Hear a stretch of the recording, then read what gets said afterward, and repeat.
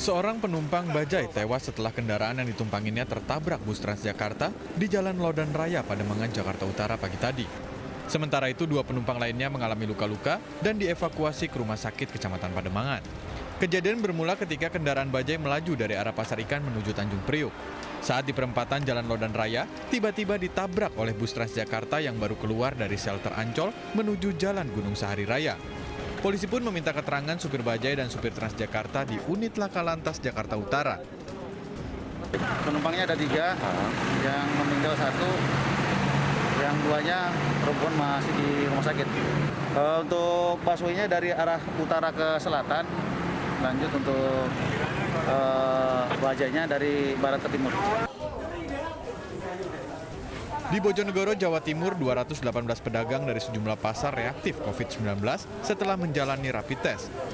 4.488 pedagang yang berasal dari Pasar Induk Bojonegoro, Pasar Banjarjo, Pasar Kapas, dan Pasar Dander telah menjalani tes massal untuk mencegah penularan virus corona.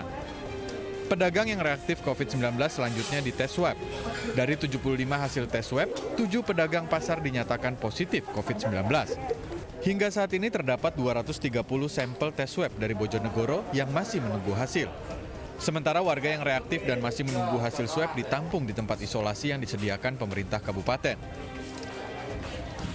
Dari 75 yang hasil rapid test reaktif di pasar kota itu sudah keluar 70 hasil swab, di mana yang 7 ini dinyatakan positif hasilnya. Hingga kini kasus yang terkonfirmasi positif COVID-19 di Bojonegoro 43 orang, diantaranya 7 meninggal dunia, 2 sembuh dan 34 masih menjalani perawatan. Dari Bojonegoro, Jawa Timur, Dedi Mahdi, iNews melaporkan.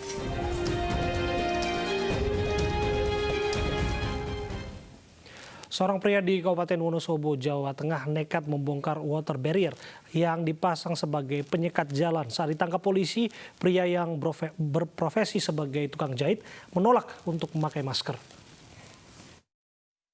Pakai masker, pakai sampo. Saya pakai apa? Tidak pakai masker.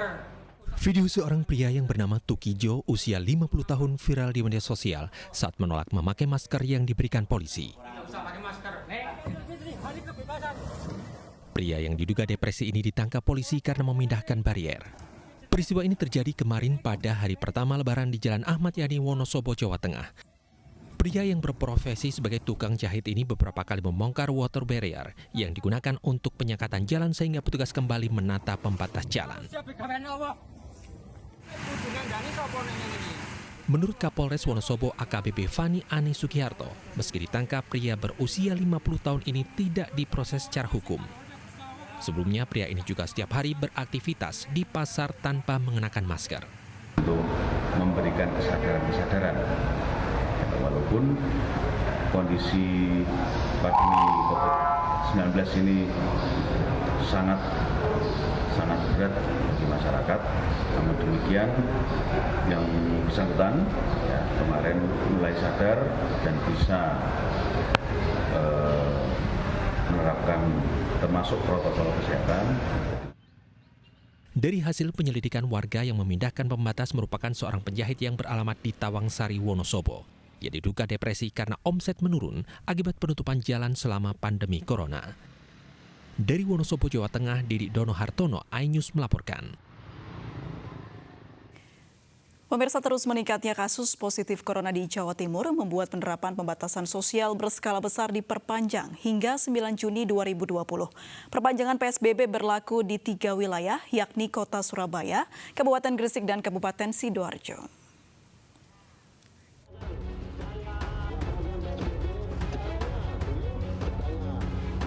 Penerapan pembatasan sosial berskala besar tahap 2 selesai 25 Mei 2020. Meski demikian, penerapan PSBB tahap 2 belum efektif karena jumlah kasus corona di Jawa Timur masih tinggi. Bahkan beberapa hari terakhir, kasus positif corona meningkat tajam. Untuk mencegah penyebaran corona terus meluas, pemerintah Provinsi Jawa Timur menerapkan perpanjangan PSBB tahap ketiga hingga 9 Juni 2020 di 3 wilayah, yakni Kota Surabaya, Kabupaten Gresik, dan Kabupaten Sidoarjo. Evaluasi PSBB tahap 2 dan penerapan PSBB tahap 3 dibahas dalam rapat koordinasi di Gedung Negara Gerahadi. Wali Kota yang hari ini diwakili oleh instansi yang hadir di sini. Sekali lagi bahwa keputusan PSBB sudah diputuskan oleh pemerintah Kota Surabaya dengan diwakili yang hadir di sini. Kita akui bahwa tahap pertama dan tahap kedua kegiatan yang dilaksanakan oleh rekan-rekan gugus tugas yang ada di Surabaya belum maksimal. Ya,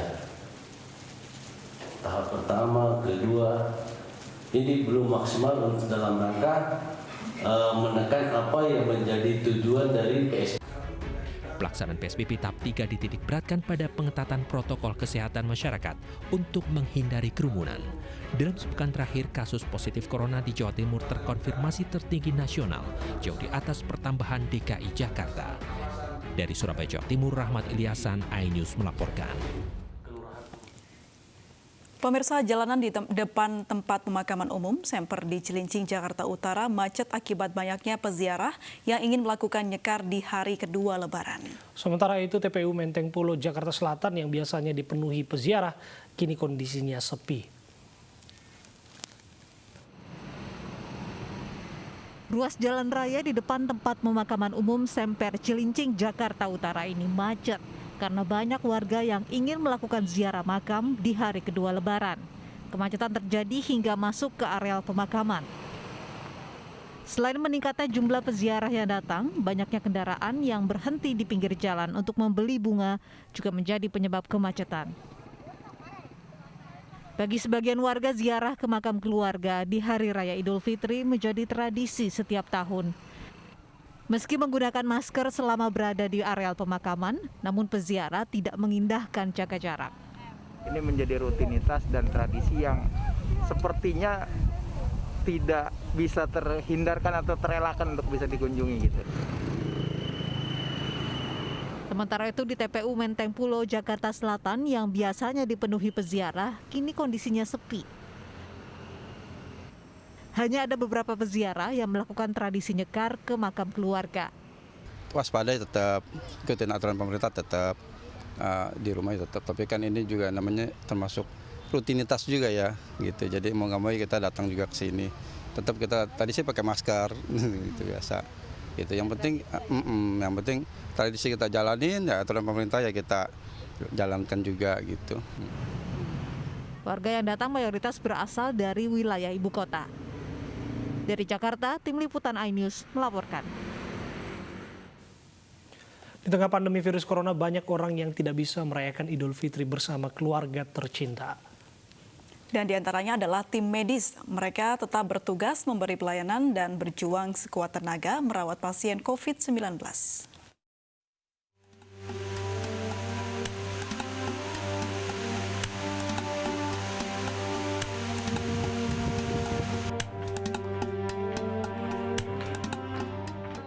Saat orang lain dapat berkumpul merayakan Idul Fitri bersama keluarga, tim medis COVID-19 justru berlebaran di rumah sakit.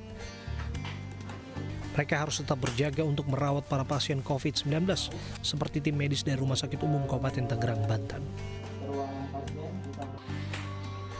Tahun ini Rizal Arisandi, perawat RSU Kabupaten Tangerang, tidak bisa mudik dan berkumpul bersama sanak saudara seperti pada Lebaran sebelumnya. Meski sedih, dia tetap merasa bersyukur dapat merayakan Lebaran bersama tim medis lainnya. Bedanya untuk yang tahun sekarang mungkin kita lebih berat menjalani Idul Fitri karena kita tidak bisa silaturahmi langsung dengan keluarga dan tidak bisa berkumpul bareng dengan keluarga. Sebagai benteng terakhir COVID-19, Dr. Rina Diana yang bertugas di Rumah Sakit Kartika Pulau Mas, Jakarta Timur juga merelakan momentum Lebaran bersama keluarga. Dia tetap berjaga di rumah sakit dan merayakan hari kemenangan bersama tenaga kesehatan lainnya.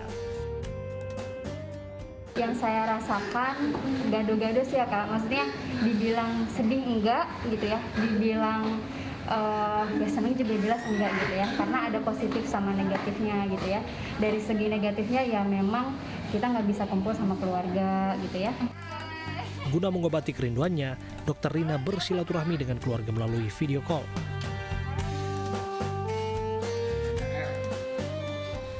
Melihat eskalasi penyebaran virus corona yang masih tinggi, bukan menjadi pilihan tim medis pulang ke rumah untuk ritual lebaran.